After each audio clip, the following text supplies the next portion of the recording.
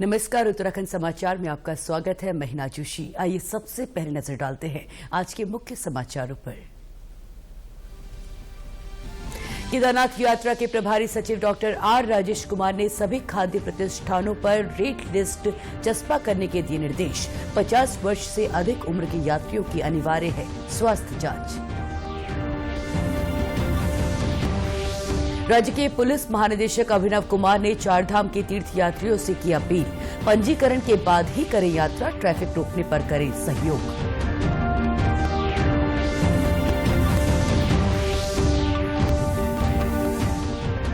मीठे रीठे के चमत्कार के लिए प्रसिद्ध चंपावत के गुरुद्वारा रीठा साहिब में 3 दिवसीय सालाना जोड़ मेला आज से शुरू। मत्था टेकने के लिए बड़ी संख्या में पहुंच रहे श्रद्धालु।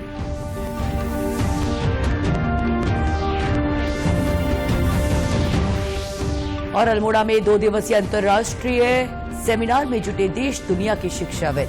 स्वामी विवेकानंद के विचारों के लिहाज से आधुनिक शिक्षा और शैक्षिक संस्थाओं की भूमिका पर व्याख्यान। और अब समाचार विस्तार से। केदारनाथ यात्रा के प्रभारी सचिव डॉक्टर आर राजेश कुमार रुद्रप्रयाग दौरे पर हैं। आज उन्होंने सिरोह बगड़ से लेकर सोनप्रयाग तक यातायात समेत अन्य व्यवस्थाओं का जायजा लिया।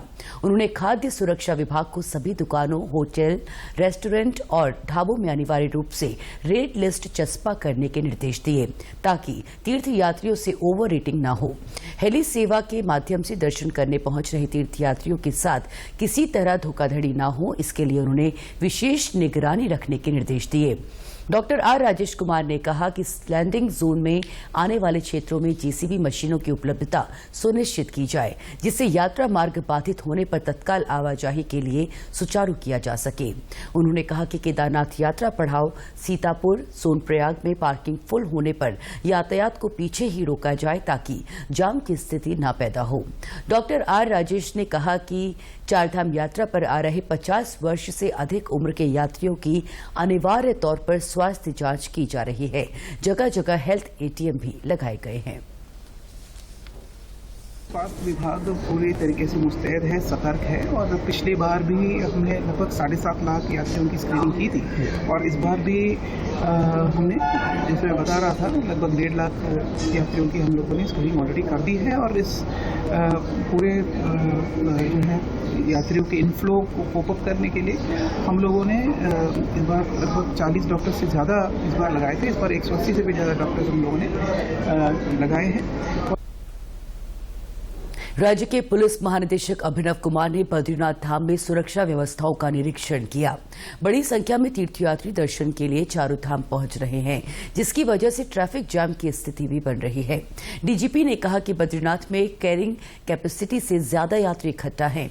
यात्रियों की भारी संख्या को देखते हुए ट्रैफिक प्लान लागू किया जा रहा है और उन्हें जगह जगह रोका जा रहा है ताकि भीड़ नियंत्रित रहे।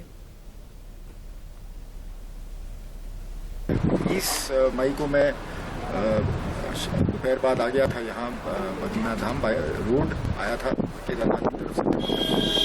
तो रास्ते में एक तो कई जगह देखा हमें ट्रैफिक रोकने की ज़रूरत पड़ी थी जो बद्रीनाथ जा रहा था, क्योंकि यहाँ बद्रीनाथ धाम में भी जो कैपेसिटी है लगभग 30 से 35 हज़ार यात्रियों की टोटल कैपेसिटी है और हम देख रहे हैं कि चूँकि यहाँ अभी निर्माण कार्य भी चल रहे हैं तो इसलिए वो कैपेसिटी थोड़ी कम हो गई है और वाहनों की पार्किंग की भी समस्या है। तो उसको देखते हुए हमने पूरे रास्ते जो है ट्रैफिक प्लान लागू किया है, जगह जगह गाड़ियों को रोका जा रहा है।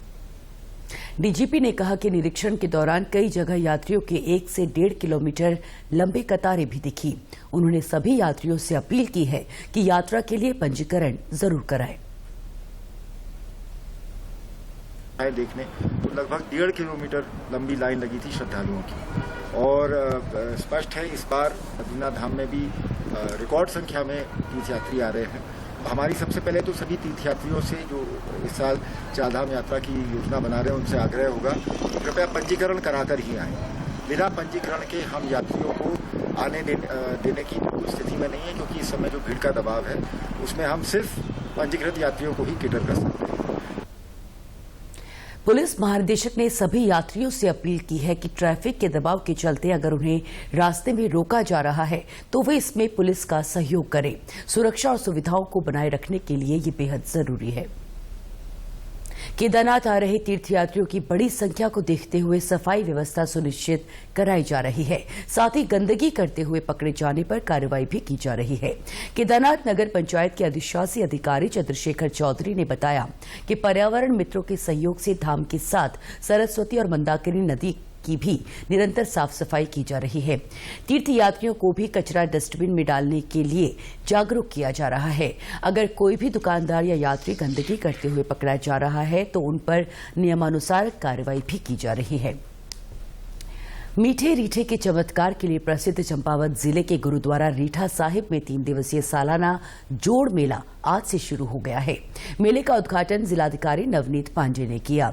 इस अवसर पर उन्होंने कहा कि मेले में श्रद्धालुओं की सुविधा के लिए गुरुद्वारा कमेटी की ओर से सभी जरूरी व्यवस्थाएं की गई हैं। उन्होंने कहा कि जिला प्रशासन द्वारा सुरक्षा के व्यापक इंतजाम किए गए हैं।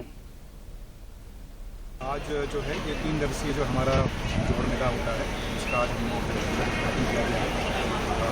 अधिकांश व्यवस्थाएं जो हैं वो यहाँ की हमारी जो गुरुद्वारा प्रबंधन समिति द्वारा की गई है और जो सुरक्षा व्यवस्था और जो शांति व्यवस्था की वजह से और जो यातायात व्यवस्था में जो कुछ सुगमता आ सके इस हेतु यहाँ पे जिला प्रशासन की ओर से सहयोग किया जा रहा है। तो यहाँ पे एक ऑल्टरनेट पार्किंग का निर्माण किया गया है, एक कच्चा अस्थायी बंदा बनाया गया है ताकि लोगों को आवागमन में सुविधा हो सके। इसी प्रकार हमारी चंपावत पुलिस की ओर से कई जगह पे चेकिंग बैरियर्स भी लगाए गए हैं और हम लोग इंश्योर कर रहे हैं कि जो हमारी स्वास्थ्य सुविधाएं हैं मेडिकल कैंप से वो सब लोग इस समय सतर्क हैं और मुझे उम्मीद है कि ये मेला जो है शांतिपूर्ण रूप से संपन्न किया जा सके। इस मेले में बड़ी संख्या में सिख श्रद्धालु यहां मत्था टेकने के लिए पहुंचते हैं। गुरुद्वारा रीठा साहिब के बारे में गुरुद्वारा कमेटी के सदस्य गुरबचन के अनुसार 14वीं शताब्दी के दौरान गुरु नानक देव अपने शिष्य मर्दाना के साथ घूमते घूमते यहां पहुंचे थे। मर्दाना को भूख लगने पर उसने कड़वे रीठे के फल तोड़ खाए तो वो मीठे होने लगे, जिससे उन्होंने अपनी भूख शांत की। इसी मान्यता के चलते यहां पर गुरुद्वारे की स्थापना की गई। वहीं जोड़ मेले में मुंबई से पहुंचे श्रद्धालु गुरप्रीत सिंह खत्री ने बताया कि गुरुद्वारा रीठा साहिब का बड़ा महत्व है। वे पहली बार यहां आए हैं और उन्हें यहां आने से नई ऊर्जा मिल रही है। ਸਭ ਤੋਂ ਇੰਪੋਰਟੈਂਟ ਚੀਜ਼ ਹੈ ਕਿ ਗੁਰੂ ਨਾਨਕ ਦੀ ਸ਼ਕਤੀ ਕਿੰਨੀ ਹੈ। ਸਾਨੂੰ ਨਹੀਂ ਪਤਾ ਸੀ ਇੱਥੇ ਮੇਲਾ ਹੈ, but on that particular date ਇੱਕ ਰਾਤ ਪਹਿਲੇ ਅਸੀਂ ਸਾਰੇ ਪਹੁੰਚੇ ਹਾਂ ਤੇ ਬਹੁਤ ਜ਼ਿਆਦਾ ਉਦਮ ਤੇ એનર્ਜੀ ਆਂਦੀ ਦੇਖ ਕੇ ਸੰਗਤਾਂ ਸੇਵਾ 'ਚ ਲੱਗੀਆਂ ਹੋਈਆਂ ਨੇ। ਬਿਊਟੀਫੁਲ ਸੀਨ ਵਿੱਚ ਗੁਰੂ ਨਾਨਕ ਦੇ ਉਦੇਸ਼ ਨੂੰ ਜਿਹੜਾ ਕਿ ਪਿਆਰ ਤੇ ਸੇਵਾ ਹੈ ਉਹਨੂੰ ਬਹੁਤ ਚੜ੍ਹਦੀ ਕਲਾ ਨਾਲ ਨਿਭਾ ਰਹੀਆਂ ਨੇ। वहीं एक अन्य श्रद्धालु बलजीत ने बताया कि वो कई सालों से लगातार यहां पर आ रहे हैं।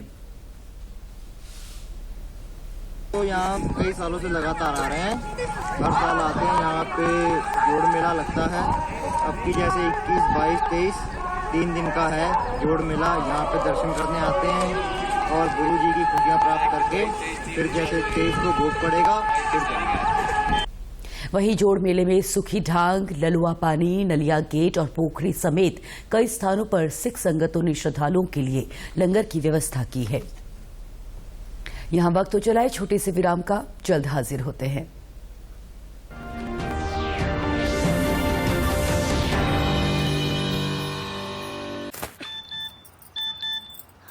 हो गया इंतजाम। किसका? गुड्डी की फीस का। दिखा 20,000 का लोन तुरंत। पता है कौन दे रहा है, ब्याज कितना है? लोन विनियमित संस्थानों से ही लें और कर्ज उतना जितनी जरूरत, वो भी जांच कर।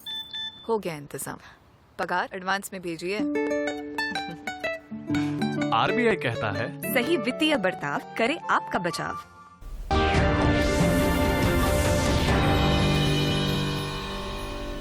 विराम के बाद आप सभी का पुनः स्वागत।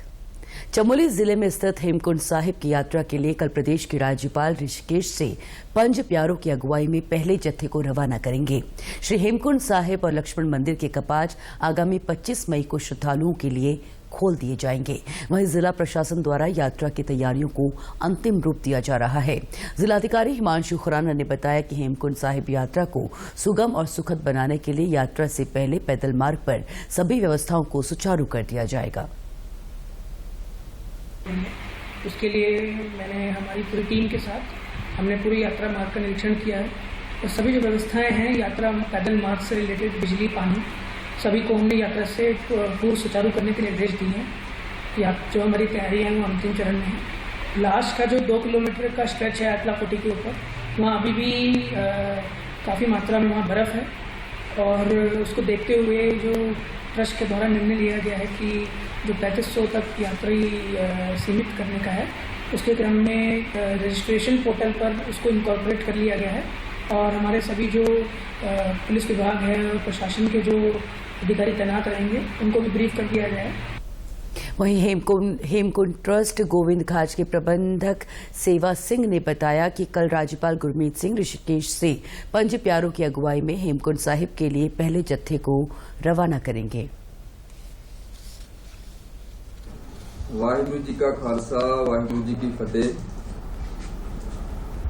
कल यानी 22 मई 2024 ਨੂੰ श्री हेमकुंड साहब जी की यात्रा का शुभ आरंभ हो रहा है।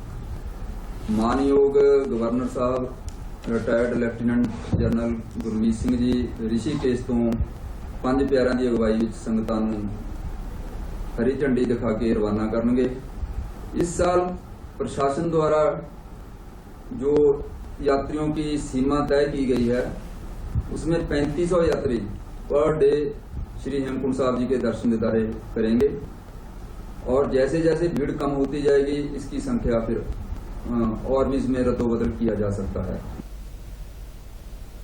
अल्मोड़ा में स्वामी विवेकानंद के विचारों के आलोक में शिक्षा, विद्यार्थी और शैक्षिक संस्थान विषय पर 2 दिवसीय अंतर्राष्ट्रीय सेमिनार आज से शुरू हुआ है। सेमिनार में देश विदेश से आए शिक्षाविदों ने स्वामी विवेकानंद के विचारों के लिहाज से आधुनिक शिक्षा और शैक्षिक संस्थाओं की भूमिका पर व्याख्यान दिया।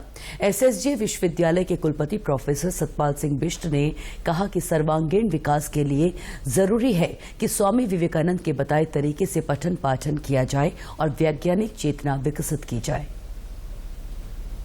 हम ये बच्चों को ये दिखाना चाह रहे हैं, बताना चाह रहे हैं और शोधार्थियों को भी बताना चाह रहे हैं कि अगर आपको एजुकेशन को देखना है, अगर एजुकेशन को पढ़ना है, मॉडर्न टेक्नोलॉजी एक चीज़ है, फिलॉसफिकल टेक्नोलॉजी और स्पिरिचुअल टेक्नोलॉजी एक चीज़ है। जब तक इनका समन्वय नहीं होगा, जब तक हमने विवेकानंद के विचारधारा को विज्ञान में, साहित्य में और मनोविज्ञान में, शरीर विज्ञान में तक भी अगर शामिल नहीं किया, हमारा सर्वांगीण विकास नहीं हो सकता है। इस सेमिनार का आयोजन स्वामी विवेकानंद और Mahatma Gandhi spiritual tourism circuit, Soban Singh Jeena विश्वविद्यालय और रामकृष्ण कुटीर ने संयुक्त रूप से किया है। सेमिनार में हिस्सा लेने अमेरिका से आए स्वामी सर्वप्रियानंद जी महाराज ने कहा कि बेहतर उच्च शिक्षा के लिए हमारी बुनियादी शिक्षा मजबूत होनी चाहिए। स्वामी जी का जो रोल है इन एजुकेशन, उनकी जो भूमिका है, इसी पर ये through the lens of Vivekananda हम लोग देख रहे हैं शिक्षा को और शिक्षक को और छात्र को। From higher education, research stand point down to primary education, school education, Swami Vivekananda gave tremendous emphasis on education. वो नेशन बिल्डिंग के लिए, स्पिरिचुअलिटी के लिए हर एक का वो फाउंडेशन एजुकेशन ही मानते थे। वहीं अल्मोड़ा के रामकृष्ण कुटीर के अध्यक्ष स्वामी ध्रुवेशानंद ने कहा कि शिक्षा में सेवा और अध्यात्म का भाव होना चाहिए। इस संदेश को हम देश में विवेकानंद सर्किट के अन्य शिक्षण संस्थानों में भी लेकर जाएंगे। युवाओं है ये आधुनिक शिक्षा से शिक्षित हो, जिसके साथ खाली बुक लर्निंग नहीं, साथ में साथ आध्यात्मिक और जन जागरण, सेवा भाव भी हो।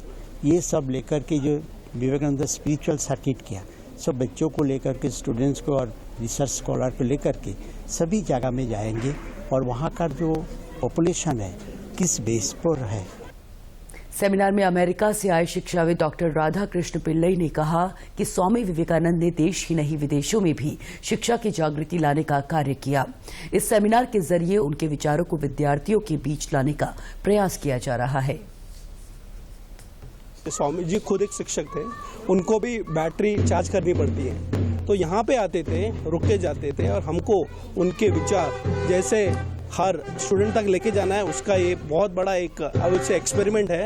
एक बड़ी, it should not be just one seminar, it should be a movement. Almora नगरी से स्वामी विवेकानंद का गहरा नाता रहा है। अपने जीवन काल में वो 3 बार अल्मोड़ा आए थे। पर्यटन विभाग अब उनसे जुड़े स्थानों अल्मोड़ा, काकड़ी घाट, कसार देवी को विवेकानंद सर्किट के रूप में विकसित कर रहा है। उत्तराखंड के समाचारों में आज बस इतना ही। हमें दीजिए इजाजत। नमस्कार।